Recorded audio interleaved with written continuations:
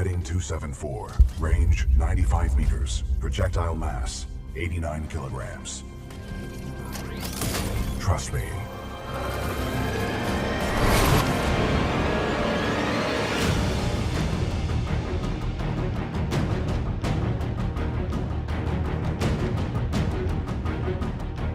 Protocol 1, link to pilot. Protocol 2, uphold the mission. Protocol 3, protect the pilot. And Protocol 4, make sure your publisher doesn't release your game in a crowded release window and hobble your chances of being a potentially massive gaming franchise. What, you don't remember that protocol? I mean, I'm pretty sure I heard it in there.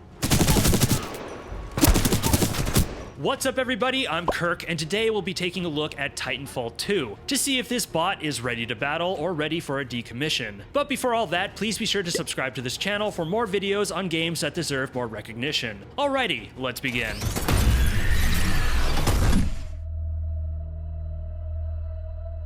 Titanfall 2 was developed by Respawn Entertainment, published by EA Games, and released during the holiday season of 2016. The game is, of course, a sequel to Titanfall, which was a multiplayer-only exclusive for the Xbox One. While the first Titanfall was successful, it was criticized for not having a single-player campaign. And so, going into Titanfall 2, a big goal for Respawn was to create a memorable single-player experience that was unlike anything they had designed before. Titanfall 2 received a lot of praise from both critics and gamers at release, but the game was also the subject of a troubled launch, releasing in between Call of Duty Infinite Warfare and EA's own Battlefield 1. In fact, Battlefield 1 was only a week before Titanfall. In case you need to be reminded, these are two franchises with massive player bases and far greater brand recognition than the still young Titanfall. EA was confident the game could stand up against Call of Duty and that Battlefield 1 would not overlap with its player base. They were wrong. Both Battlefield and COD were the top-selling games of their respective months, and Titanfall 2 was a sales disappointment. Simply put, the game didn't have a chance. Many irritated fans have seen this as EA putting the game out to die, but in EA's defense, the release date for Titanfall 2 was set months before release. That being said, why they didn't anticipate this and simply delay the game is beyond me. This story does have a happy ending. Respawn Entertainment would go on to flourish, releasing the successful Apex Legends, Titanfall's Battle Royale spin-off, and Star Wars Jedi Fallen Order, which, while being a little rough around the edges, was a critical and sales success. And as for Titanfall 2, while it didn't hit its target numbers, the game became an instant cult classic, and through the years has maintained respectable numbers through word of mouth and sales. Many consider it one of the best games of last generation, and one of the greatest first-person shooters ever made. So, 5 years on, is this AAA gem still deserving of such praise? Well, let's dive in and find out. Also, just a quick heads up, this video will only be covering the single player portion of the game. Apologies.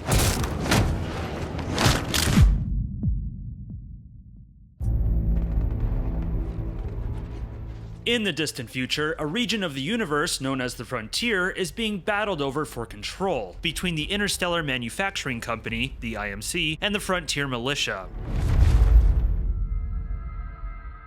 The nefarious IMC desires total dominance of the Frontier for their own financial gains, while the Militia pushes back against them to keep the Frontier a free region for all. You play as Militia Rifleman Jack Cooper, a soldier who aspires to be a pilot. Pilots are the elite soldiers of the Militia, who, on top of being death on two legs, are able to pilot the hulking robotic exoskeletons known as Titans.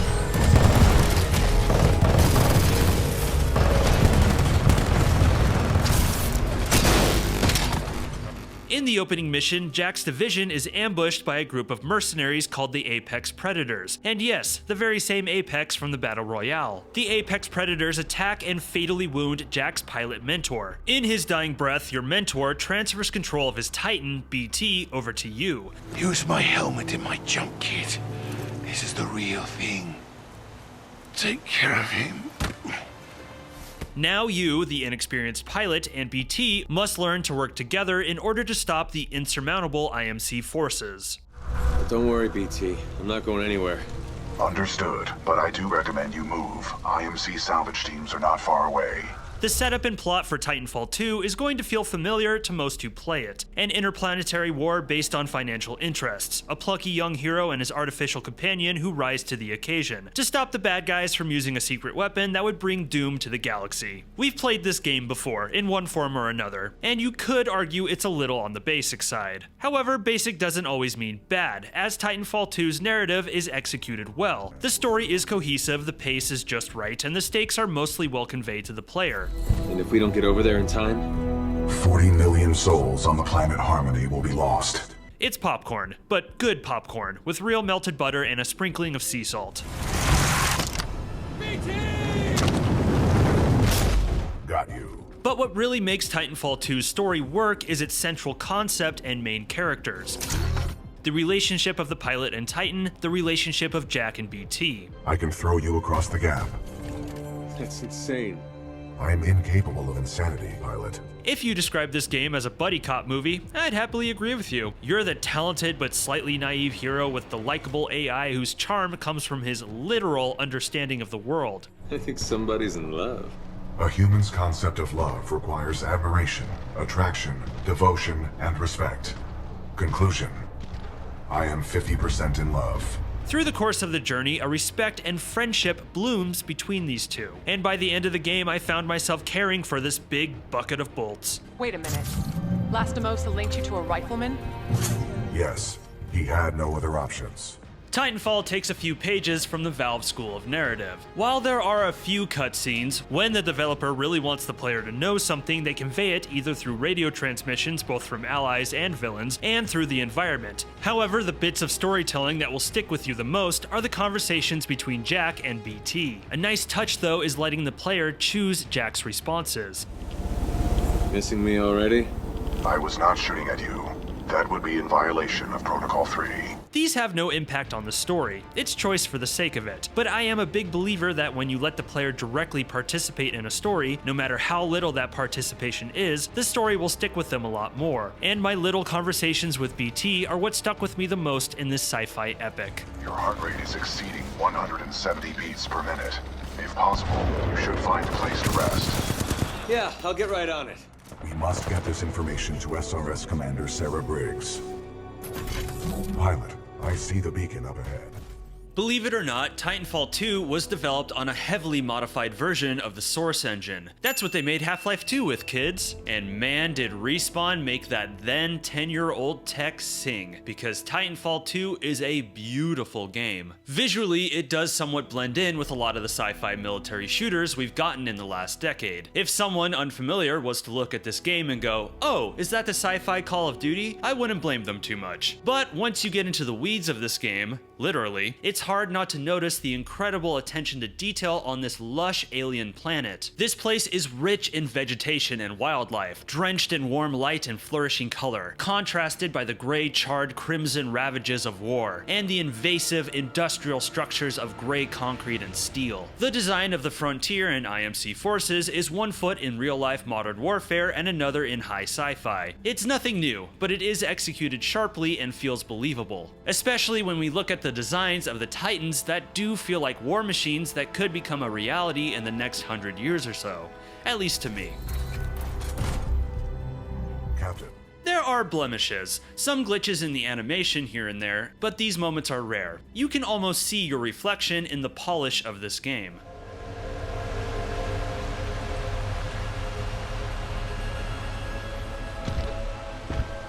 The music was done by Stephen Barton, who scored the original game Apex Legends as well as Jedi Fallen Order. What we have here, to hear, is very much your typical sci-fi epic score, but then in the tall heights of the game's action, the music comes to life.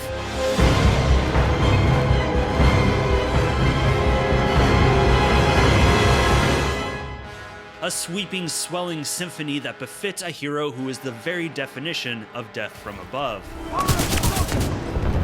Cover me! Mechanically, Titanfall 2 feels almost identical to the Call of Duty series. Speedy, snappy gunplay with punchy weapons and lightning-fast melee kills. This is not a big surprise, as a large portion of Respawn are former members of Call of Duty developer Infinity Ward, many of who jumped ship after that mess with Vince Zampella, Jason West, and Activision. Look it up if you're unaware, because it is way too dense for this video. This is the team that brought Call of Duty mechanics to life, and in this game, they iterate on those mechanics with Titanfall's emphasis on movement and mobility. Complementing the shooting are double jumps, slides, and of course, wall runs. Sweet, sweet wall runs. Sliding and wall running were already becoming common in FPS games up to this point, but Titanfall really perfected these mechanics, and it shows, because this game is a goddamn pleasure to control. When you get the feel for it, you can just flow through this game, popping enemies along the way. Pop and flow, pop and flow.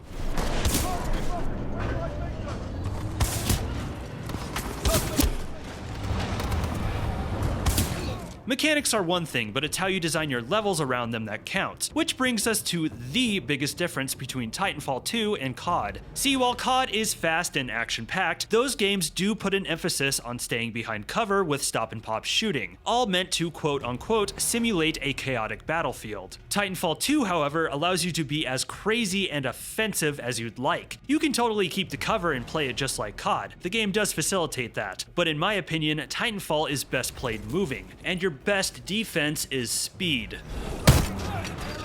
You can be a wild badass in this game, and it makes for some of the best first-person shooting around. And while Titanfall 2 is on the easy side, there are a couple firefights that can be pretty messy to get through, especially when the explosive ticks are around. Ugh, I hate these things. They're hard to outrun, and their blast radius is not forgiving.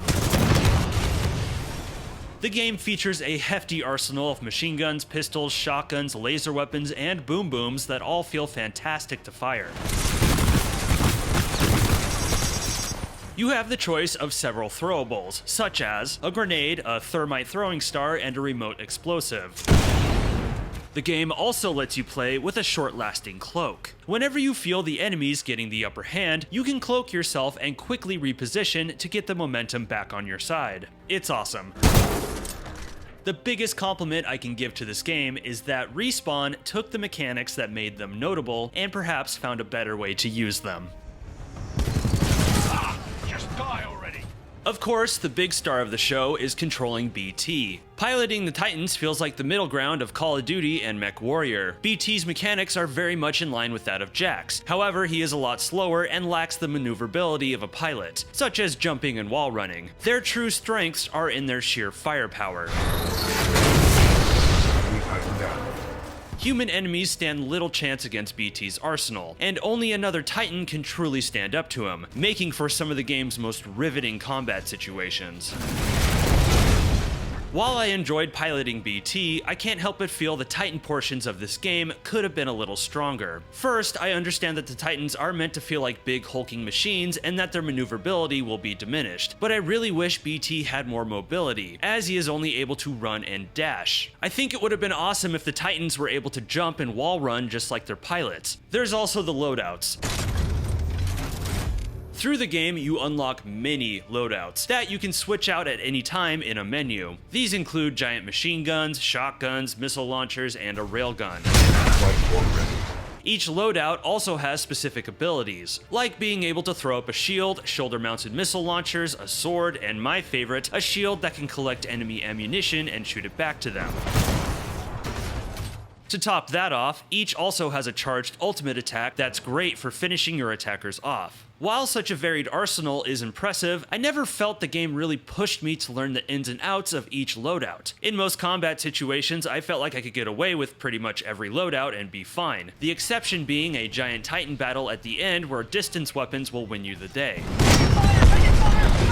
I suppose the idea is to allow the player the freedom to play as they want, but at the end of the day, I wish the game presented Titan battles where success hinged on specific loadouts. The closest you get to this are in the boss fights against the Apex Predators, easily the most spectacular Titan fights in the game. I found that each had a loadout they were especially weak against, which I appreciated. Now, I just want to reiterate, I do enjoy the Titan sections in this game, and if anything, you can consider my critiques here a nitpick. But if we ever do get a Titanfall 3, I think this is one area where we can push things to be a little better.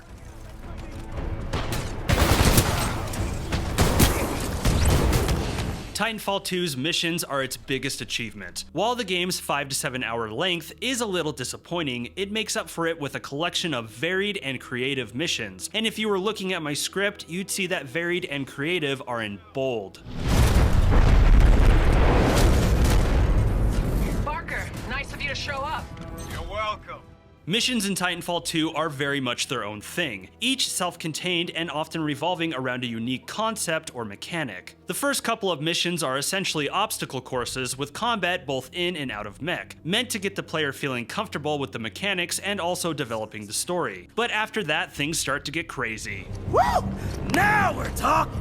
An early mission, Into the Abyss, is one of my favorites, taking place on a giant assembly line, building what appears to be houses. The player has to platform their way through this dangerous factory, interrupted by combat sequences that give them a ton of room in how they can approach them.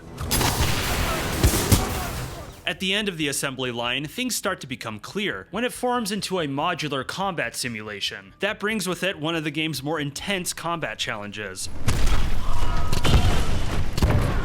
The concept of this level alone makes it more than memorable, but it succeeds at balancing all of Titanfall 2's best aspects: combat, platforming, and a healthy amount of BT rampaging.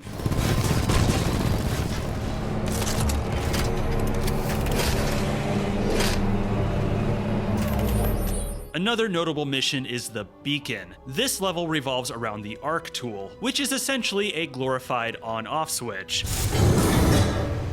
Able to switch off wind turbines that impede your wall running, while also opening up passageways for the player to use. It can even activate attack robots to aid you in battle. It's a good example of TF2's self-contained level design, making everything revolve around one mechanic that you'll never use again for the rest of the game. However, when it comes to the missions of Titanfall 2, the crown jewel, of course, is effect and cause. Pilot, Major Anderson is here. Investigate this facility. If you ever hear somebody talk about how amazing Titanfall 2 is, they're probably thinking about effect and cause. The start of the mission is nothing out of the ordinary. You jump into some sort of abandoned facility slowly being retaken by nature, when suddenly... Overseer requests. What just happened? There are distortions throughout this facility, and they appear to be causing a rift in time. Indeed, something in this area is causing time to jump back and forth. Exploring the ruins further, you find the body of a Captain Anderson just hanging around, who has a very curious device on his wrist that now allows you to jump between 2 points of time, instantly. Real quick, I have no idea how easy or difficult this was to program, but the fact that this transition happens instantly with no hitching, loading, or pop-in is very impressive to me. Anyways, at first the player uses the mechanic in simple, obvious ways.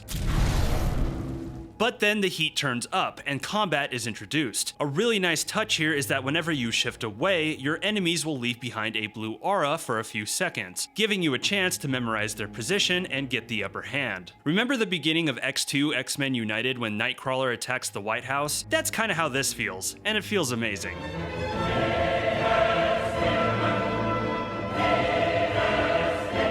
However, just when you start feeling like a true superhero, the game ramps it up even further, and now you're fighting troops in the past and beasts in the present. You have to keep in mind the positions of two different sets of enemies within the same place. You could just stick to one time frame and eliminate the enemies there, but then you're forfeiting the benefits of time travel. This right here is awesome. It's awesome. The idea of switching between two combat situations is something you could turn into a whole game on its own. Well, then again, the mechanics of this whole level could be its own game. Just saying.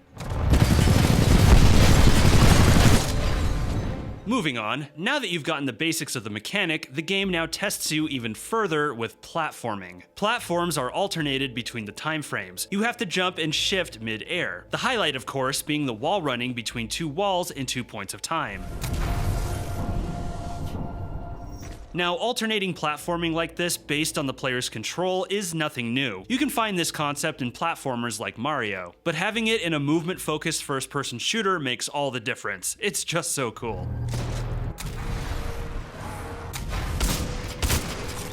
And then before you know it, the level ends and the shifter breaks. No more time travel. I have to be honest, the first time I played this and the level ended, I felt like something was lost. In fact, I wish this level came later in the game, because while the remainder of Titanfall 2's levels are amazing and all sorts of awesome, they don't come close to this. Effect and cause is the highlight of Titanfall 2.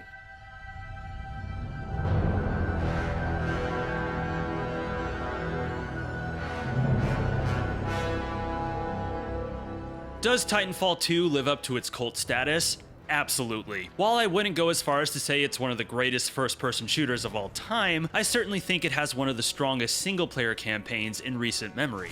Nice. Maybe next time you can throw me. Noted. Respawn nailed just about every aspect of this game, and while its universe might feel a little derivative, it's still a fun sci-fi world to inhabit with a story that will warm your heart. It's just a shame this game wasn't given the launch it deserved, because I do think this franchise has the potential to be on the same level as a Call of Duty. Hopefully someday we will see a Titanfall 3, because I would love to see that title top this. Please be sure to let me know in the comments your thoughts on Titanfall 2, and what you would like to see in a potential Titanfall 3. If you enjoyed the video, please be sure to subscribe, like, and share with your fellow pilots. It is a massive help for this channel. Looking for a unique multiplayer shooter experience? Then check out my review for Hunt Showdown. I post videos weekly, so be sure to ring that bell so you're the first to see them. I'm Kirk, and thank you for watching this video. Stay safe out there.